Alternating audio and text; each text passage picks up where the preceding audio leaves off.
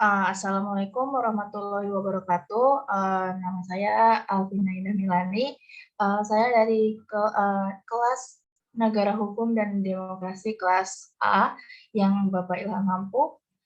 Saya kali ini di sini akan menjelaskan tentang hukum dan hukum dan demokratisasi.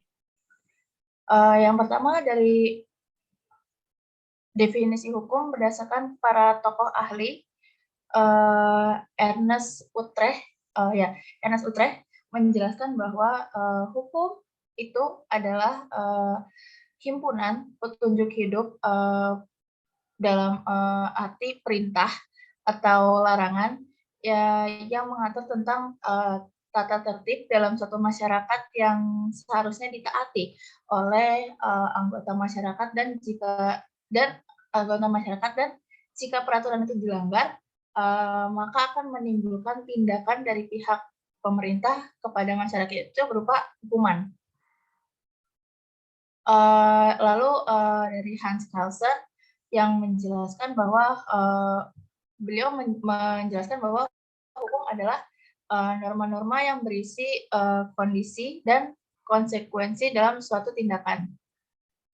Lalu ada Mohtar Kusuma Atmaja.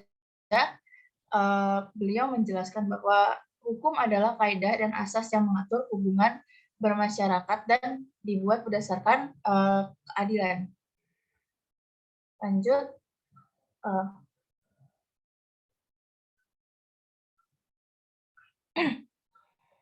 Lanjut ada tujuan hukum berdasarkan teori. Yang pertama, kepastian hukum. Teori kepastian hukum yang berupa dari kata dasar yang berupa kepastian, yaitu adalah perihal atau keadaan yang pasti, yang dimana hukum itu secara hakiki harus dan pasti adil. Lalu kepastian hukum itu merupakan pertanyaan yang bisa dijawab secara normatif, bukan sosiologi yang dimana apabila seseorang bertanya sesuatu tentang hukum itu harus pasti jawabannya, dan jawabannya pasti jelas, secara jelas maksudnya. Kepastian hukum secara normatif adalah ketika suatu peraturan dibuat dan diundangkan secara pasti karena mengatur secara pasti dan logis. Yang kedua ada teori keadilan. Istilah keadilan atau justisia berasal dari kata dasar adil yang berarti tidak berat sebelah, tidak memihak, berpihak kepada yang benar, yang sepatutnya, tidak sewenang-wenang, yang dapat disimpulkan bahwa teori ini adalah semua hal yang berkenan dengan sikap dan tindakan dalam hubungan antar manusia. Keadilan berisi sebuah tuntutan agar orang memperlakukan sesamanya sesuai dengan hak dan kewajibannya, memperlakukan dengan tidak pandang bulu atau pilih kasih, melainkan semua orang diperlakukan sama sesuai dengan hak dan kewajibannya. Semua orang sebentar, ada itu. Azan dulu, Ri. Stop. Bapak.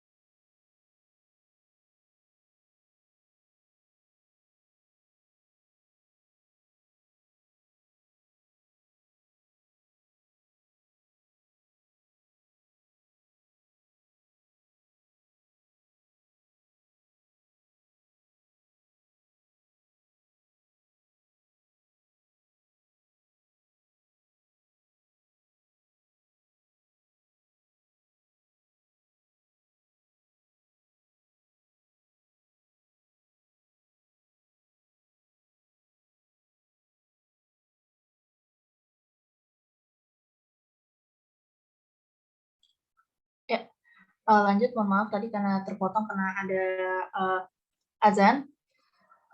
Dilanjut dengan teori kemanfaatan. Di situ dijelaskan bahwa aliran utilitarianisme mempunyai pandangan bahwa tujuan hukum adalah memberikan kemanfaatan kepada sebanyak-banyaknya orang. Lalu yang dimana kemanfaatan di sini diartikan sebagai kebahagiaan, sehingga penilaian terhadap baik buruk atau tidak adilnya suatu hukum itu bergantung kepada apakah hukum itu memberikan kebahagiaan kepada masyarakat masyarakat warga sekitar warga itu atau tidak. Dengan demikian berarti bahwa setiap penyusunan produk hukum produk hukum itu maksudnya peraturan perundang-undangan itu seharusnya senantiasa memperhatikan tujuan hukum, yaitu untuk memberikan kebahagiaan sebanyak-banyaknya kepada untuk masyarakat seperti itu. Lalu dilanjut. Dilanjut ada fungsi hukum. Beberapa fungsi hukum diantaranya itu yang pertama sebagai sarana pengendali sosial, yaitu sebuah sistem yang menerapkan aturan-aturan mengenai perilaku yang benar. Yang kedua sebagai sarana untuk mengadakan perubahan kepada masyarakat. Lalu yang ketiga ada sebagai alat ketertiban dan alat keteraturan masyarakat. Lalu yang keempat ada sebagai sarana dalam mewujudkan keadilan sosial. Lalu yang terakhir ada sebagai sarana dalam pergerakan pembangunan dan sebagainya. Lanjut, ada unsur hukum. Yang pertama itu unsur hukum adalah peraturan yang mengatur tingkah laku manusia dalam suatu pergaulan di masyarakat. Yang kedua unsur hukum itu peraturan itu dibuat oleh badan-badan resmi yang berwajib, kayak bisa pemerintah, DPR atau MPR dan segala macamnya. Lalu yang ketiga ada peraturan yang bersifat memaksa, yang dimana peraturannya harus bersifat memaksa karena agar masyarakat dan terhadap peraturan dan lebih berjalan agar warga tuh kalau misalnya nggak dipaksa nanti bakalan semana-mana. Jadi biar dia mengikuti tata peraturan yang sudah disediakan, maka biar tertib tuh harus mengikuti peraturan itu. Lalu yang terakhir ada unsur hukum yang keempat adalah sanksi terhadap pelanggaran yang dibuat adalah tegas. Jadi sanksi dibuat itu biar orang yang kena hukuman selama yang berbuat kejahatan atau apa itu yang diberi sanksi itu bisa apa ya sebutannya, bisa lebih memikirkan lagi agar tidak melakukan kejahatan lagi untuk kesekian kalinya. Lalu dilanjut ada bidang hukum. Yang pertama ada hukum pidana, hukum perdata, hukum tata negara, hukum internasional, hukum adat, dan hukum lingkungan. Hukum pidana ini adalah yang dimana peraturan yang menentukan perbuatan apa saja yang tidak boleh dilanggar dan termasuk dalam tindak pidana. Hukum pidana juga mengatur sanksi-sanksi apa saja yang bisa dijatuhkan jika melanggar hukum pidana. Dilanjut dengan hukum perdata, yaitu peraturan yang mengatur hak dan kewajiban seseorang dengan badan hukum. Itu hukum perdata itu biasanya yang mengatur tentang hak warisan, perkawinan, pernikahan, dan segala macamnya. Ya, lalu ada hukum tata negara, yaitu hukum hubungan tertentu yang muncul dalam perjalanan sejarah dan diatur oleh hukum yang disebut negara. Jadi hukum tata negara itu dilakukan, maksudnya hukum tata negara itu dijalankan bersama dengan negara. Lalu ada hukum internasional, yaitu hukum yang mengatur tentang segala aktivitas berskala internasional, yang dimana hukum internasional ini pada awalnya hanya diartikan sebagai aturan dalam hubungan antar negara. Lalu ada hukum adat, yaitu hukum yang tidak tertulis. Kenapa dikatakan tidak tertulis? Karena tidak ada aturan hukum yang tercatat. Contohnya hukum adat, hukum adat adalah peraturan menteri. Itu tidak mendapatkan lagi, itu bentuk peraturan itu tidak tertulis. Jadi itu tuh secara formal, secara lewat omongan seperti itu. Lalu ada dilanjutkan dengan hukum lingkungan. Hukum lingkungan adalah hukum yang mengatur pola lingkungan dan semua perangkatnya. Selain itu, hukum lingkungan juga mengatur kondisi bersama manusia yang berada dalam pengaruh lingkungan tersebut. Di sini saya akan menjelaskan tentang penegakan hukum. Penegakan hukum adalah proses dilakukannya upaya untuk tegaknya atau berfungsinya norma-norma hukum secara nyata sebagai pedoman perilaku dalam lalu lintas atau hubungan-hubungan hukum dalam kehidupan bermasyarakat dan bernegara. Ditinjau dari sudut subjeknya, penegakan hukum itu dapat dilakukan oleh subjek yang luas,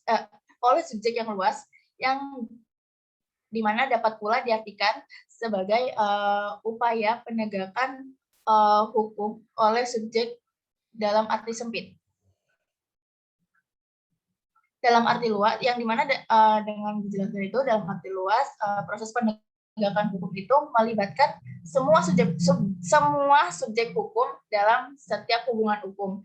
Yang dalam arti sempitnya, dari segi subjeknya itu, penegakan hukum itu hanya diartikan sebagai upaya aparatur penegakan hukum untuk menjamin dan memastikan bahwa suatu aturan hukum itu berjalan sebagaimana yang seharusnya. Yang dimana sebagai salah satu unsur demokrasi, hukum juga harus bisa menjadi landasan bagi suatu pemerintahan yang transparan, akuntabel dan responsif, terbangunnya sistem pemilu yang jujur dan adil, perlindungan terhadap HAM dan keberadaan masyarakat yang demokratis dan percaya diri. Hukum juga harus mampu menjamin bahwa para penyelenggara negara dalam melaksanakan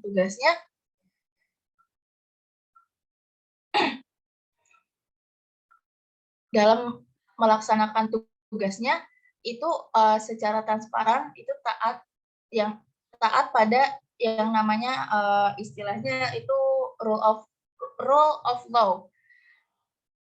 Kekuasaan kehakiman harus bebas dari berbagai pengaruh internal maupun eksternal, khususnya dari eksekutif. Lalu administrasi hukum dan peradilan harus transparan terhadap pengawasan publik atau masyarakat, dan masyarakat harus memiliki akses yang terbuka untuk mencari dan memperoleh keadilan melalui pengadilan tersebut. Khususnya terhadap tindakan yang bersifat maladministration dan kegagalan publik dalam menjalankan tanggung jawab hukumnya. Instrumentalisasi hukum atau politisasi hukum merupakan sesuatu yang sulit dihindarkan, karena hukum itu hanya bisa beroperasi melalui kekuasaan. Dalam kaitan ini, yang perlu diusahakan adalah agar hukum tidak terpisah dan menjadi subordinasi atau subordinasi kekuatan politik, namun menjadi sasaran pengintegrasi berbagai kepentingan, sehingga hukum bisa menjadi alat pengendali sistem check dan balance. Pemikiran dan asas hukum itu menurut pemikiran Muladi pada tahun 2002 meliputi keberadaan substansi hukum baik material maupun formil yang aspiratif, yaitu kekuasaan kehakiman yang merdeka dan akuntabel. Lalu selanjutnya selain perlu dikembangkan apa yang dinamakan administrasi peradilan dan penegakan hukum yang merdeka dan akuntabel. Lalu promosi dan perlindungan hukum, promosi dan perlindungan HAM, maksud saya, maaf, keterpaduan sistem peradilan tindak preventif dan represif, perpaduan proses litigasi dan non litigasi, dan sebagainya. Lalu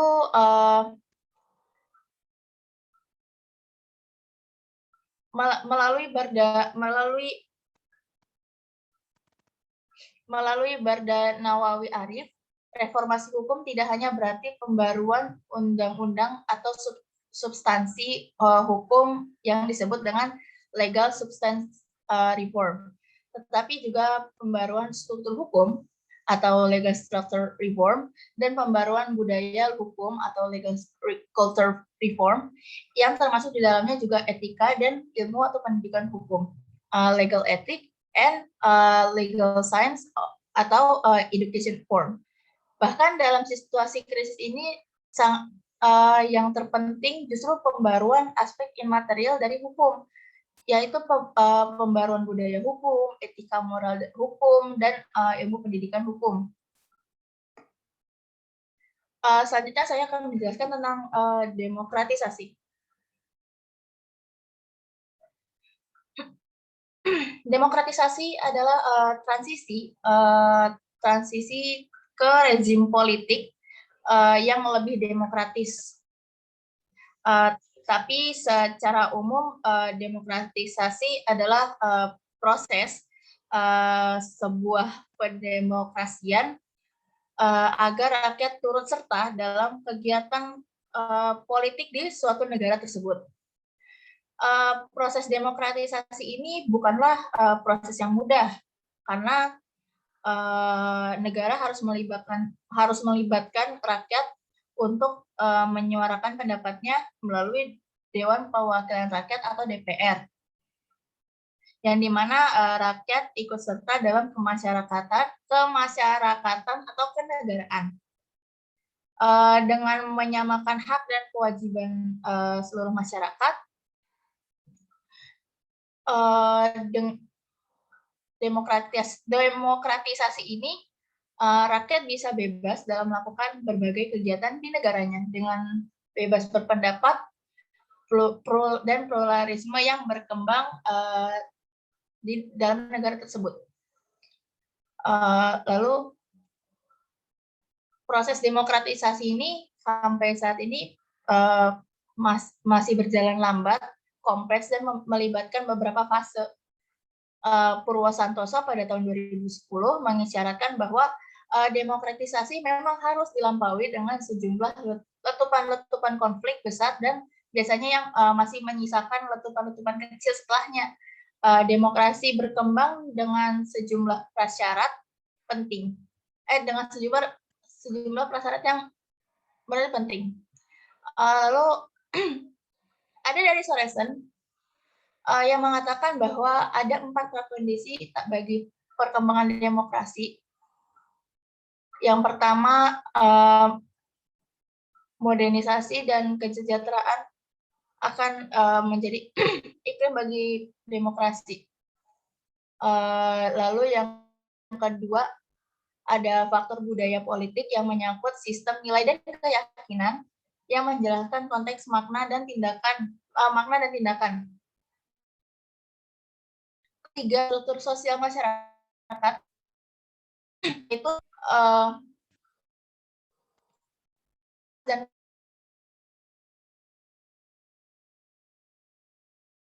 kelompok tertentu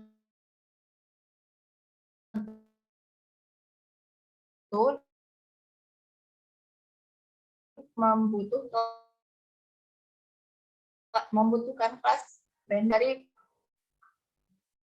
kunci dari pengembangan demokrasi. Lalu yang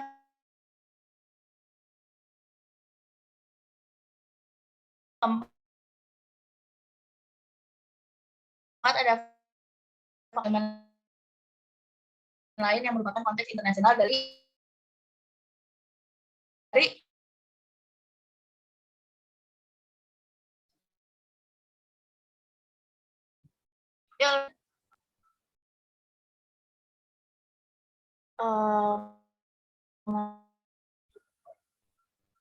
Oke. Sekarang faktor yang bisa mewujudkan suatu faktor mewujudkan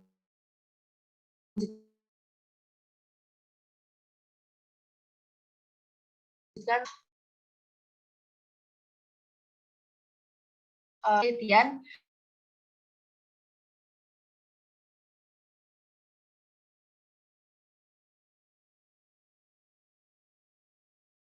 faktor ekonomi sangat berpengaruh hanya dalam waktu 10 hingga 20 tahun saja. Lalu yang kedua ada faktor sosial, yaitu faktor kesejahteraan atau kesetaraan sosial, yang itu terjadi karena adanya perbedaan status dan pendapatan pada masyarakat yang dimana itu bisa mempengaruhi sebuah dari demokratisasi tersebut. Contohnya semakin rendahnya status dan pendapatan orang akan semakin rendah mendapatkan peluang dan demokratisasinya. Yang ketiga adalah faktor budaya. Beberapa pendapat bahwa beberapa kebudayaan lebih mudah menerima demokratisasi daripada kebudayaan lainnya. Biasanya budaya barat itu lebih terbuka tentang demokratisasi.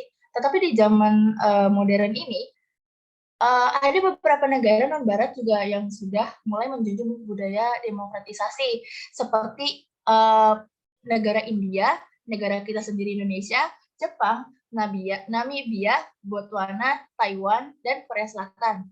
Lalu yang keempat faktor itu yaitu intervensi asing, dan di mana negara yang menganut sistem demokratisasi merupakan negara yang sudah pernah mendapatkan intervensi militer, seperti negara yang sudah pernah seperti negara Jepang dan Jerman saat Perang Dunia Kedua. Dilanjut, kali ini saya akan menjelaskan tentang demokrasi dan demokratisasi, yang dimana demokrasi dan demokratisasi ini orang-orang ini sangat menurut orangnya sangat kadang rancu, karena orang-orang lebih sering lagi menobatkan demokratisasi ini dengan basis pijakan identitas tertentu, sehingga ia sebetulnya berteriak atas nama demokrasi untuk sesuatu yang sifatnya tidak demokratis. Namun kerap kali juga seseorang berdiri dalam bungkus kediktatoran, namun dengan sedikit pengertian sempit mengenai demokrasi. Jadi dia menganggap bahwa dirinya berbicara secara demokratis, yang di mana dari istilah demokratisasi itu merujuk pada term perjuangan mewujudkan demokrasi yang sejatinya seseorang cendekiawan itu harus tegas memaafkan diri di dalam dunia yang nyata, yakni dunia pemikiran dan dunia praktis. Seorang cendekiawan idealnya terlibat dalam proses-proses yang mampu dengan cara ini. Tahapan konsolidasi demokrasi akan terakselerasi, yang dimana demokratisasi itu dilihat dari calon yang berkapasitas tinggi, bukan dari yang elektibilitas maupun dari modal. Lalu dilanjutkan dengan pentingnya demokrasi, yang dimana salah satu hal yang perlu dilakukan agar reformasi dapat berjalan lancar sesuai kehendak rakyatnya itu dengan memfungsikan lembaga-lembaga tinggi negara sebagai sesuai dengan konstitusi. Sejalan dengan itu perlu pula dilakukan perubahan terhadap konstitusi untuk disesuaikan dengan perkembangan zaman. Nah, hal ini dapat dilakukan sebagai titik awal reformasi hukum mewujudkan hak asasi manusia. Sekian dari presentasi saya. Ada yang ingin bertanya?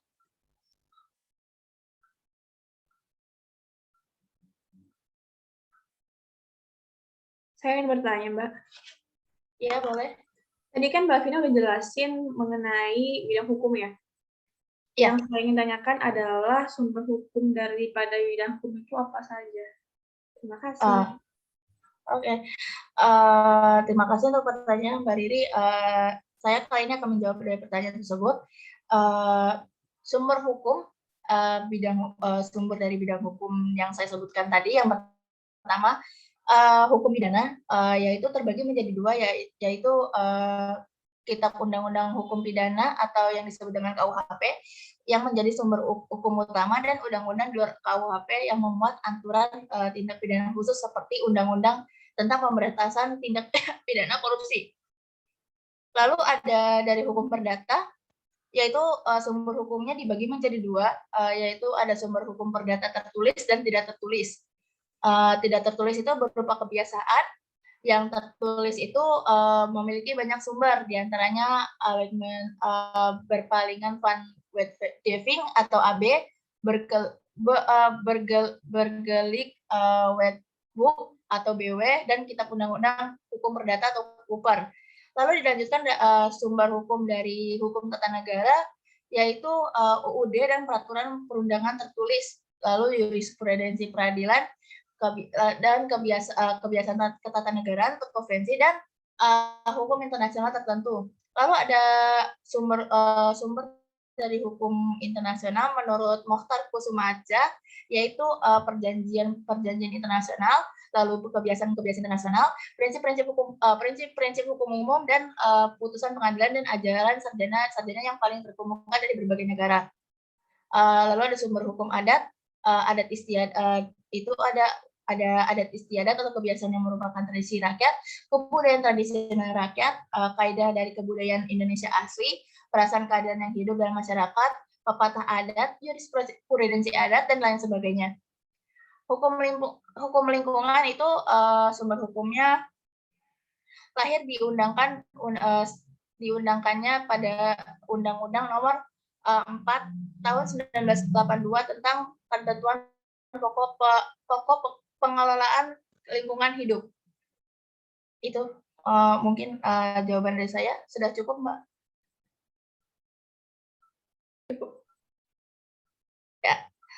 Ya, terima kasih atas perhatiannya.